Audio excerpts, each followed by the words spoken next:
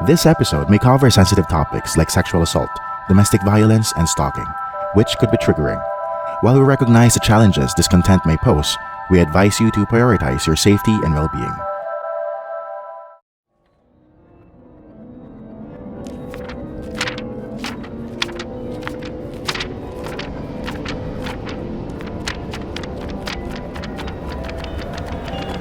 The Book of Bad Ideas. May mga kwento na hindi mo maririnig sa media. Mga kwentong hindi sinasabi ng magulang mo at siguradong hindi mo mababasa sa mga libro ng mundo. Ito ang mga lihim na tinatago ng bawat pamilya, mga kasalanang kinubli ng reliyon, mga desisyong akala mo maliit lang, pero ngayon pinagsisihan mo na.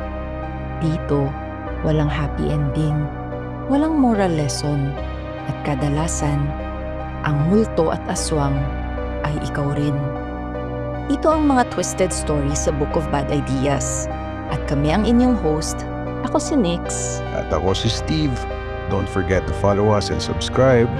At humanda na kayo sa ating storyang hindi mo dapat pakinggan mag-isa. What if nalaman mong galing sa masama ang yaman ng pamilya mo? Tatanggapin mo pa rin ba? Kung yun lang ang paraan para mabuhay ng maginhawa? Sabi nga nila, ang buhay ay parang gulong. At tulad ng gulong, patuloy ang pag-ikot ng buhay. May panahon ng tagumpay at kasiyahan, at may panahon rin ng paghihirap at pagsubok. Naranasan ko ng lahat yan. Pero ngayong nasa itaas na ako, hinding-hindi na ako papayag na muling umikot ang gulong pababa. Ako si Aida Laksamana, isang ina at asawa. Noong una, simple lang naman ang pamilya namin. Kapos sa pera, puro utang, at syempre, puro dasal din. Nagsisikap naman ang aking asawa na si Nestor bilang isang waiter. Pero hindi pa rin sasapat ang kinikita niya para matugon ang pag-aaral ng aming mga anak. At lalong-lalo na ang pangkain ng pamilya. Pero kahit ganito, mahal namin ni Nestor ang isa't isa. Magkapit-bahay kami ni Nestor noon, kaya bata pa lang kami ay magkaibigan na kami. Kilalang kilala na namin ang bawat isa. 17 kami noong magsimula siyang umakyat ng ligaw. Nagdadala yan ng mga prutas at gulay, kaya tuwang-tuwa naman ang mga magulang ko. Minsan nga, nagtsatsagang manghuli ng isda yan para lang may maibagay sa amin. Napakagalang rin at maasahan. Matulungin pati na sa mga kapitbahay. Sino ba naman ang hindi mahuhulog sa kanya, 'di ba? Kaya botong-boto sa amin ang buong barangay. At mula noon, hanggang sa ikasal kami, ang pangako sa akin ni Nestor ay mamahilin niya ako sa hirap at ginhawa. Kaya ngayong may mga anak na kami, nagtutulungan kami para sa mga bata. Mayroon kaming 3 anak, sina Aidan, Dane at Noriel. Masisipag ang mga batang ito, hindi lang sa pag-aaral, pero pati na rin sa pagtulong sa amin ng papa nila. Minsan ay sinasamahan nila ako sa paglalako ng gulay. At kung kinakailangan, nangangalakal rin sila para may pambaon sa eskwela. Napakatsyatsaga at napakasisipag ng mga batang yan.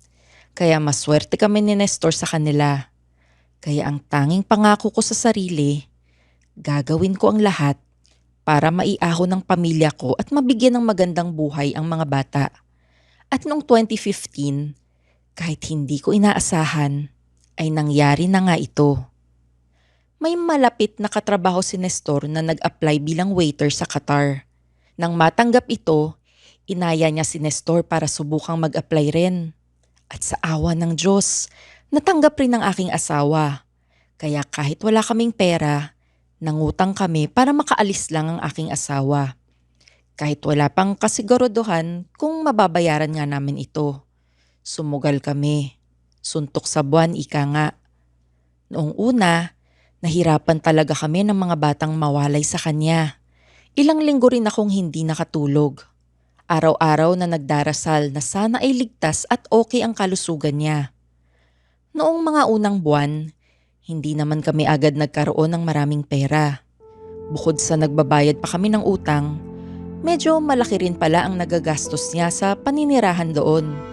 Pero habang lumilipas ang mga buwan at natapos na rin naming bayaran ng mga utang namin, dito na guminha-ginhawa ang aming buhay. Mula sa noodles na pinaghahati-hatian pa namin, nakakapag-ulam na kami ngayon ng gusto naming kainin. At matapos ang 3 taon ni Nestor sa Qatar, nailipat ko na rin ng pribadong paaralan ng mga bata. Nang ma-promote naman si Nestor bilang supervisor, dito na talaga umunlad ang aming buhay. Dahil sa mga pinapadalang extra ng aking asawa, nakapagpundar ako ng negosyo at lumago ito ng lumago. Naging manager rin siya nang matapos ito. Nakabili kami ng mga ilang lupa at 2 malaking bahay. At bilang isang negosyante, pinaikot ko ng pinaikot ang pera hanggang sa talagang umunlad na ang aming buhay. Palaki rin ng palaki ang pinapadala ni Nestor. Ang swerte rin naman talaga. Hindi ko rin kasi inakala na ganito pala kalaki ang kinikita niya bilang manager. Kaya ang akala ko, naabot ko na ang buhay na tinatamasa ko. At pinangako sa sarili na hinding-hindi na ako babalik sa buhay na naranasan ko dati. Hanggang sa may nadiskubre ako tungkol sa asawa ko. Ang akala ko, dito na masisira ang masayang pamilya namin. Dahil hindi lang pala ako ang nag-iisang babae sa buhay niya. Dahil nagkaroon siya ng ibang babae sa Qatar. Isang foreigner na Briton. Maganda at mayaman. Nalaman ko ito nang umuwi siya dito upang magbakasyon. Isang gabi habang natutulog si Nestor, tumunog ang cellphone niya. Sino ba itong nagme-message ng 2:00 ng madaling araw? Sabi ko sa sarili. Kaya kinuha ko ang cellphone niya at binasa ang mga messages. At dito na ako pinagsakluban ng langit at lupa. Hindi ako makapaniwala sa mga nabasa ko. Hey babe, are you still up? Babe, message me please. I miss you. How I wish you're here with me. I can't wait till I see you again. Para akong binuhusan ng malamig na tubig nang tingnan ko ang profile picture ng babae. Magkayakap sila sa profile picture na ito. Napakarami rin nilang pictures na magkasama. Bukod sa napakaganda nito, napakayaman rin. Ang laki ng bahay, maraming sasakyan. May picture rin ito ng kanilang closet na punong-puno ng luxury bags at sapatos. Naglalakihan ng mga diamante na nakapalibot sa kanyang katawan. Iyak ako ng iyak. Ano ba naman ang laban ko sa babaeng ito? Gumuho talaga ang mundo ko nang malaman ito. Hindi ko kasing inakala na magagawa sa akin ito ni Nestor, pati na sa mga anak namin. Ang akala ko talaga, sa hirap at ginhawa, magkasama kaming 2. Yun ang pangako niya. Pero nagkamali ako. Hindi na ako nakatulog ng gabing yon. Kaya paggising niya ng umaga, nadatnan niya akong umiiyak. Oh, Aida, ang aga mo magising ah. Teka, umiiyak ka ba? Ano nangyari? Huwag mo kong mahawak-hawakan. Tapatin mo nga ako, Nestor. May kabit ka ba? Anong pinagsasabi mo? Anong kabit? Sinungaling ka. Oh, sino yung kayakap mo? Babe, sige. Sabihin mo ngayon na hindi lang kami ng mga bata ang buhay mo. Kaya pala hindi ka umuwi tuwing Pasko. Yung babaeng yan pala ang kasama mo. Teka, Aida, teka lang. Hayaan mo akong magpaliwanag. Oo, nakarelasyon ko ang babaeng yan. Pero hindi ito tulad ng iniisip mo. Sa katunayan, ay may plano ako. Punyeta, Nestor. Tigilan mo nga ako sa panggagago mong yan. Huling-huli ka na sa akto. Tapos, kung ano-ano pang sinasabi mo ngayon? Hindi ka ba naaawa sa akin? Teka, makinig ka nga kasi. Ang totoo, ginayuma ko ang babaeng yan, si Lori. Ginayuma? Sira ulo ka ba? Tingin mo maniniwala ako sa'yo? Alam kong mahirap paniwalaan. Kaya nga hindi ko agad sinabi sa'yo eh. Hindi ko kasi alam kung papaano. Tsaka baka hindi ka pumayag. Ang totoo kasi, nung nasa probinsya pa tayo, tinuruan ako ni Tio Ambong kung paano manggayuma at mangkulam. Baka raw kasi magamit ko ito habang nasa ibang bansa ako. At least may bitbit daw akong kapangyarihan bilang proteksyon sa sarili ko. Alam mo naman, mag-isa lang ako doon. Huwag ka nang magalit, Aida, please. Ginawa ko naman to para sa inyo at sa mga bata. Hindi mo ba nakikita kung nasa na tayo ngayon? Napag-isip ako. Sa totoo lang, may punto naman ang asawa ko. At naisip ko ang mga anak namin. Dito ko rin napagtanto, kaya pala napakalaki ng pinapadala ng asawa ko. Hay, Aida, anong gagawin mo? Isa lang naisip kong gawin. Ang panatilihing komportable at maganda ang buhay ng mga anak ko. Sinabi ni Nestor sa akin ang plano niya. Patuloy niyang gagayumahin ang Briton hanggang sa makuha niya ang lahat ng kayamanan nito. Naging tagapagmana raw ito ng isang milyonaryo sa UK at dahil wala na itong ibang kamag-anak ay nanirahan na lang ito sa Qatar. Sa dami raw ng yaman nito ay hindi na nito mapapansin kung nababawasan ba ito, lalo pat ginayuma niya ang babae. Kalaunan ay pumayag na rin akong ipagpatuloy ito ni Nestor, basta't malaki ang maipadadala niya buwan-buwan. Matapos naming mag-usap, muli na naman akong nangarap. Ngayon naman, kung papaano maging bilyonaryo. Sa Qatar, nagtataka naman si Lori kung bakit kagabi pa siya hindi sinasagot ni Nestor. Ang alam niya, umuwi ito ng Pilipinas para bisitahin ang mga magulang nito. Bawat minuto niya itong iniisip. At dahil halos isang buwan itong mawawala, hindi na matiis ni Lori na hindi niya makita at makasama si Nestor ng ilang linggo. Kaya nagpa siya itong sorpresahin si Nestor at lumipad patungong Pilipinas. Buti na lang may mga papeles na nakatabi si Nestor sa drawer nito, kaya nalaman ni Lori ang detalye at address ni Nestor sa Pilipinas. At excited itong sumakay ng eroplano. Pagdating ng Pilipinas, agad siyang nagpahatid sa nakalistang address ni Nestor. Pero imbis na matuwa, ay nagulat si Lori dahil tumambad sa kanya ang isang napakalaking bahay. Takang-taka siya kung ito ba talaga ang bahay ni Nestor? Dahil ang sabi nito sa kanya, mahirap lang sila at mag-isa niyang tinataguyod ang kanyang mga magulang. Pero nakumpirma niya ito nang makita niya si Nestor at ang isang babaeng nagmemeryenda sa garden. Mula sa gate, nakita rin niya na may 3 bata nang naglalaro. Hindi malaman ni Lori kung ano ang kanyang gagawin. Babalik ba siya ng Qatar o kukumprontahin niya si Nestor? Pero kahit gustuhin man niya ay hindi niya magawang magalit dito. Ang tanging paraan lang na naisip niya ay tawagan ng isang Pinoy nilang kaibigan ni Nestor na si Jeff na katrabaho nito sa Qatar. Sinabi ni Lori ang problema niya kay Jeff. Natahimik si Jeff nang matapos magsalita si Lori. Kahit kaibigan rin niya si Nestor ay naawa siya kay Lori. Sabi niya, isa lang ang posibleng nangyari, na baka nagayuma si Lori.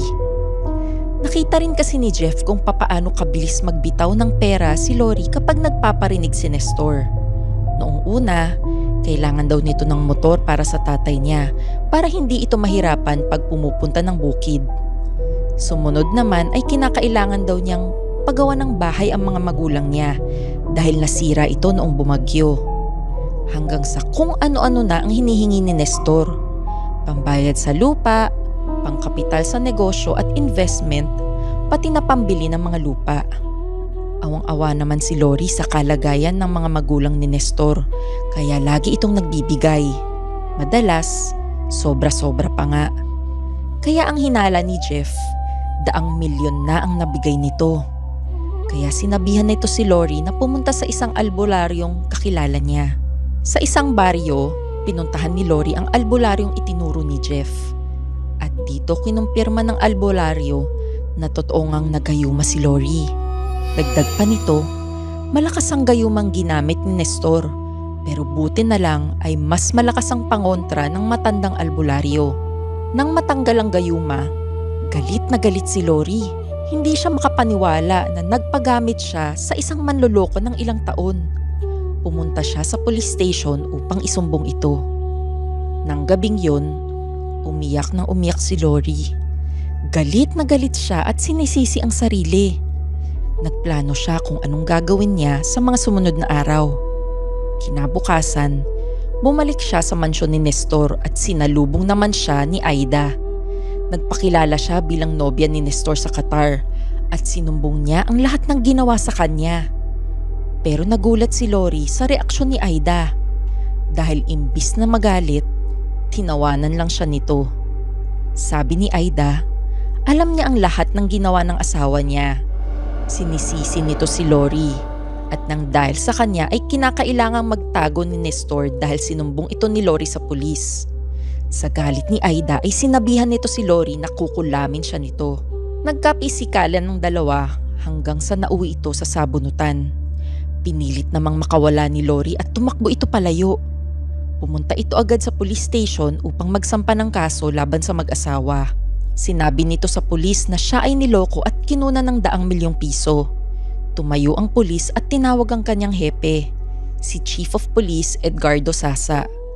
Pero pagdating ng hepe, imbis na siya ay tulungan, ay bigla na lang itong hinuli at ipinasok sa selda. Sa puntong ito, hindi na maintindihan ni Lori ang mga nangyayari. Bukod sa hindi siya marunong magtagalog, takang-taka siya kung bakit siya ikinulong sa halip na siya ay tulungan. Hindi na niya alam ang kanyang gagawin dahil wala na siyang ibang kilala sa Pilipinas na maaaring tumulong sa kanya. Ilang araw rin siyang nakulong. Walang maayos na tulugan, mainit at marumi.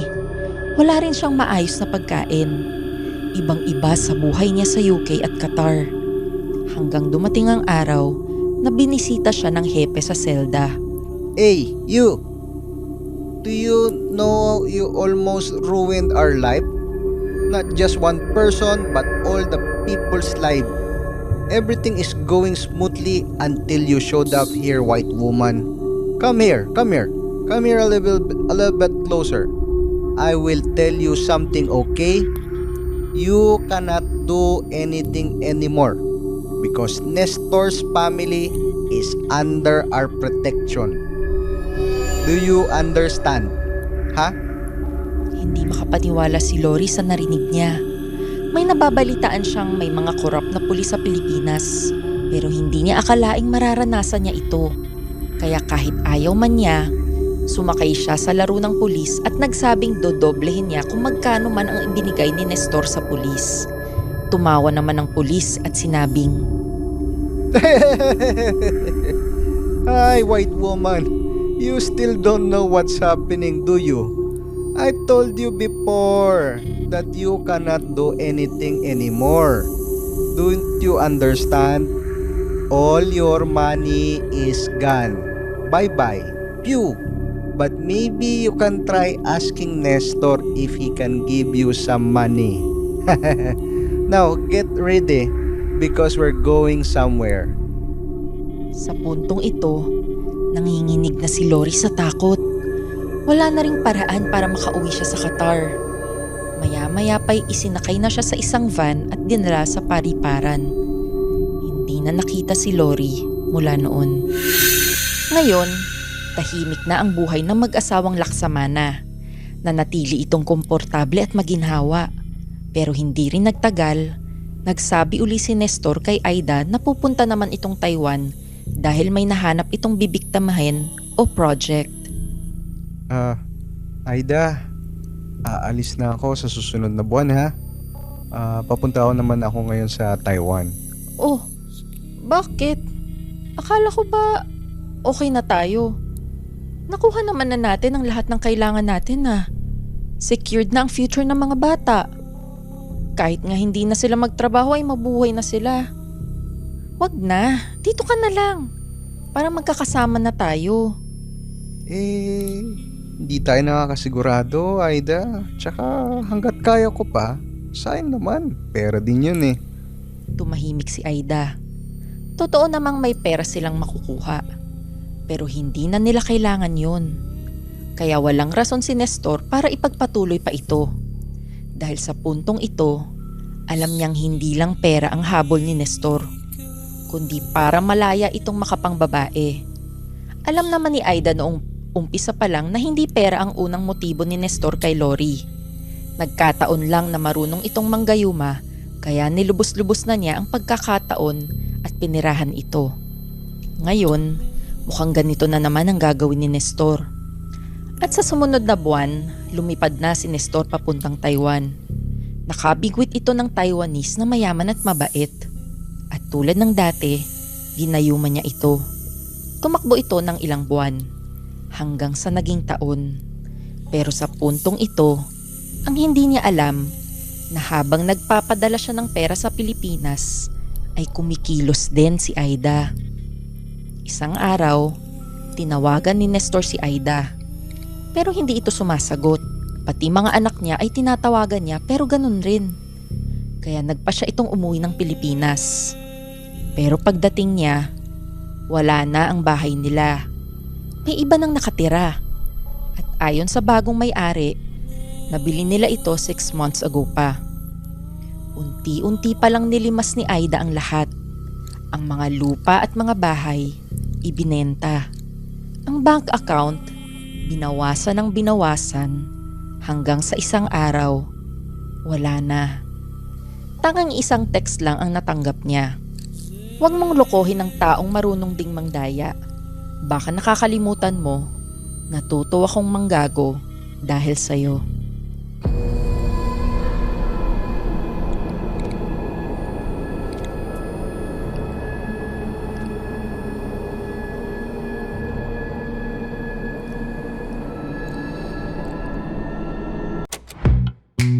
The Pod Network Entertainment.